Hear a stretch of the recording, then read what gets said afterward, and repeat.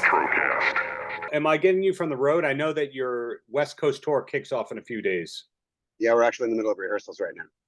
Got it. So what does the set list look like? Because you're one of those people who has multiple solo albums, then, 30 to 40 years of albums that everybody knows, etc. Yeah, right. Well, there's a new record coming out, so I'm playing a bunch of that stuff. And then I'm playing a song off of the Kiss parody EPs that Melvin's put out back in like '91. Mm-hmm. And I've never played any of that stuff live before. And I thought it would be fun to do at least one of those songs. So we're doing one of those. There's an Altamont song in there, which we've have like 3 records out and a few singles. So, and then, yeah, the rest of it's pretty much solo stuff, like from the last couple records that have been out. And then I play the bit, Melvin song. So I co-wrote that song. I wrote all the guitar parts for it. So, and I mean, I know people are coming because, they know me as the drummer of the Melvins. So, I don't want it to be like, well, they didn't play any Melvin songs at all. I remember seeing Robert Plant back in like the early '80s when he first had a solo career going. He didn't play any Zeppelin songs at all. It sucked.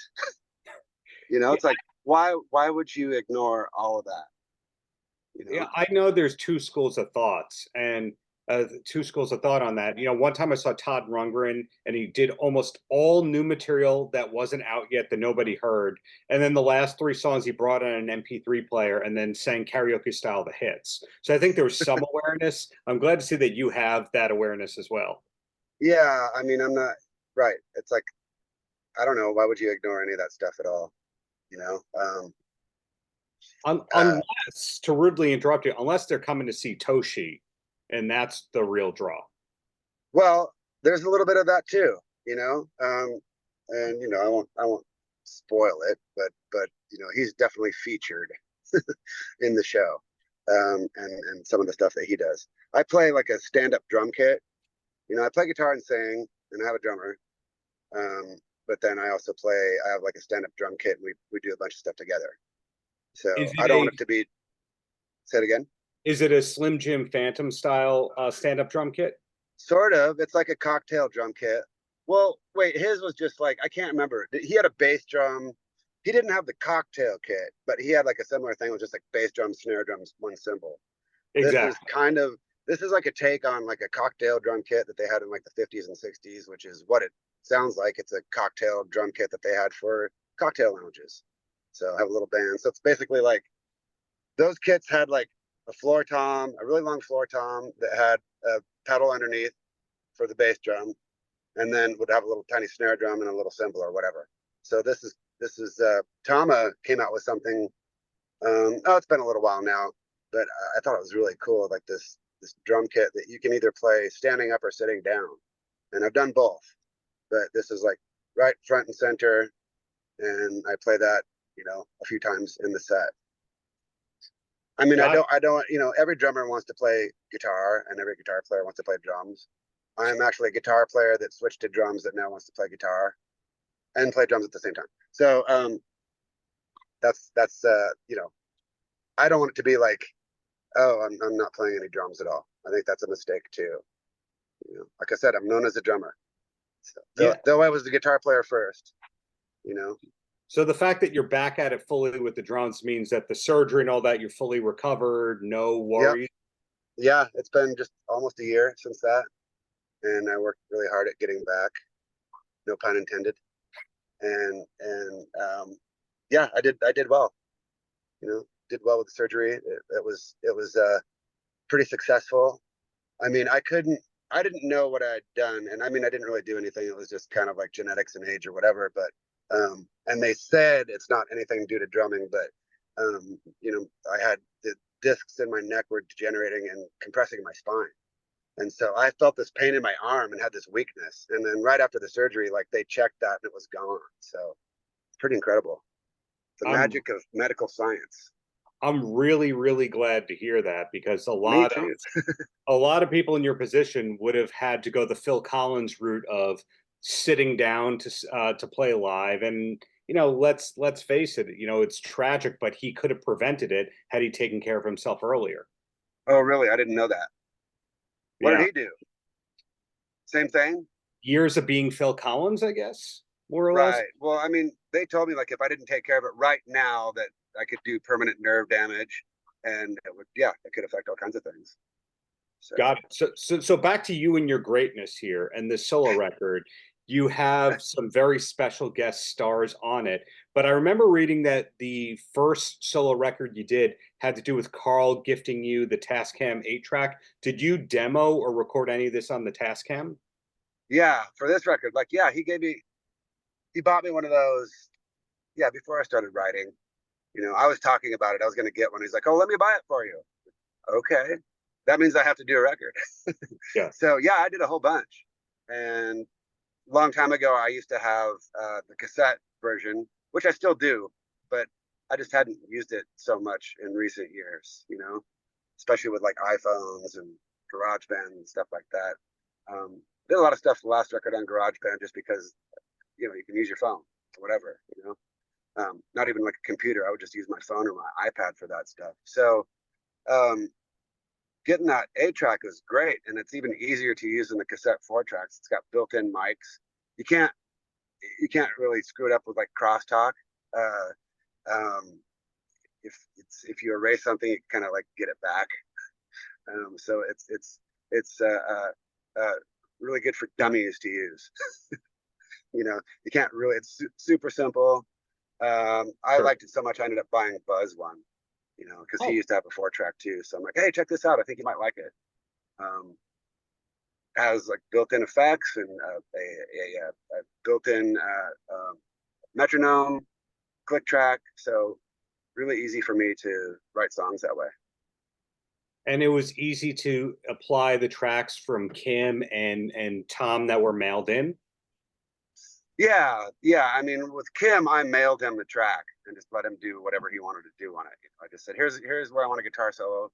Go ahead and do what you want. And that worked out so well that he's like, hey, do you have anything else? And I'm like, yeah. So I ended up sending him another song just because I thought it was cool that he was interested in doing it. And Soundgarden's a band I've liked for a long time. Right. They were like the first kind of Seattle band. Once I joined the Melvins and started seeing local bands, they were one of the first ones that really stood out to me that I thought were really cool. And we've been friends for a long time. So it's when Joyful Noise was like, hey, what do you think about guest stars?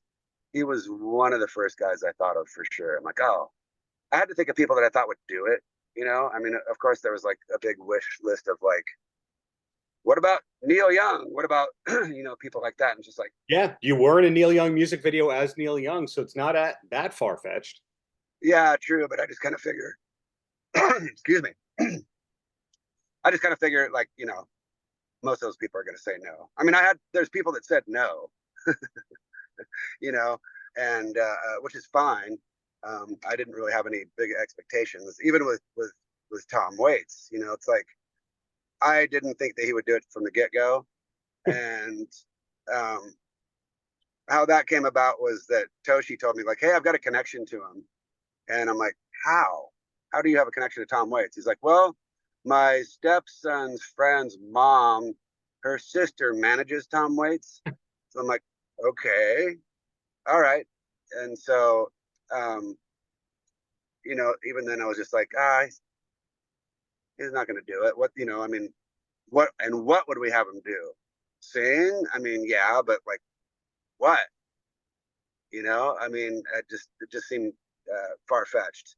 And there's a song called Glossolalia that's about speaking in tongues, and we're like joking, kind of like, oh, we should have one of us should speak in tongues, or somebody should speak in tongues. I'm like, that's what we should ask Tom Waits to do.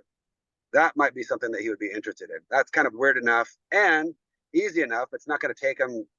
All he has to do is like blather into iPhone message, voice message for 10 seconds, and that's it. And so um, he messaged the sister that mailed her sister, and they got back to us right away. And we told them what we wanted, and she's like, that sounds like something that he might be interested in. And yeah, they did it. He did it. I was really happy to do it. I've never met him. I haven't talked to him on the phone or anything like that. But I was really happy to have somebody like that on the record because I've been a really big fan for a long time. Sure. I know that Buzz always mentions this record Blue Valentine, which I'm a big fan of too. He's the one that turned me onto that, and I've always really liked his stuff a lot. And we Melvins are big fans, and he's a big influence. So I was really happy that happened. Yeah, that Ty Segall. I got Ty Segall on it, who I know a little bit.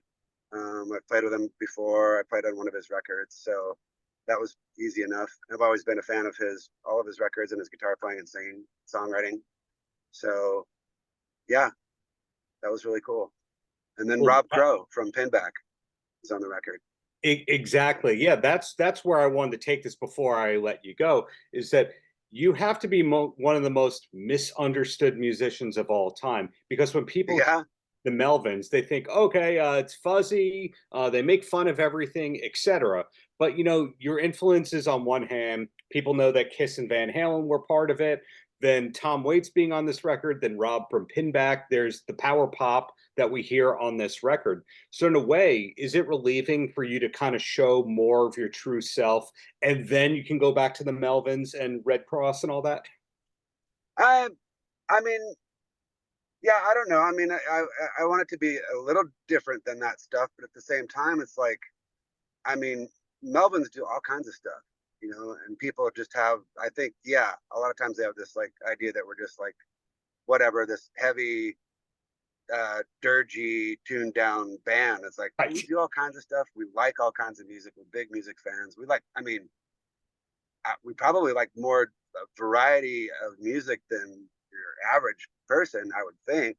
We like all kinds of stuff. And even when I joined the band,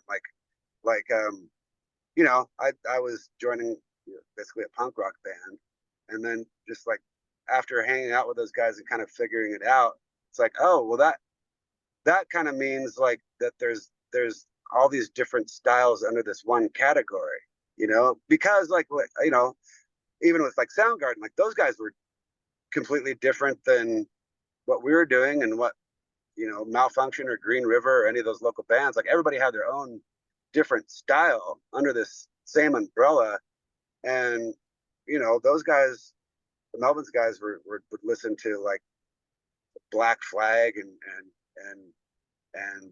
Neil Young at the same time. Right. All kinds of stuff. Just big music fans, and never threw away what they used to listen to when they were younger, like Kiss or Zeppelin or Aerosmith or any of that kind of stuff. Like that's the stuff that we grew up on, but then we also like this whole other world of music too. In the big best music fans, way. we search it out. You're still keeping people guessing, but the last question before I let you go, having finished a solo record, do you want to do another solo record in the future? Well, this is my third one, so yeah, I like doing it. I'd kind of decided, well, I guess when that first one came out, I had the band Altamont for a long time when I was living in San Francisco, and I wrote the majority of those songs, but I just kind of thought, I like playing guitar and I like doing other stuff as well, and definitely the Melvins takes up most of my time. Sure. And I write a little bit for that, and I could certainly write and would be happy to write more. Buzz has plenty of material always, and I love playing drums to that stuff. So that's kind of why I've always stuck to that side of things. But yeah, more and more I just sit around and write my own stuff too, and just want to do something with it.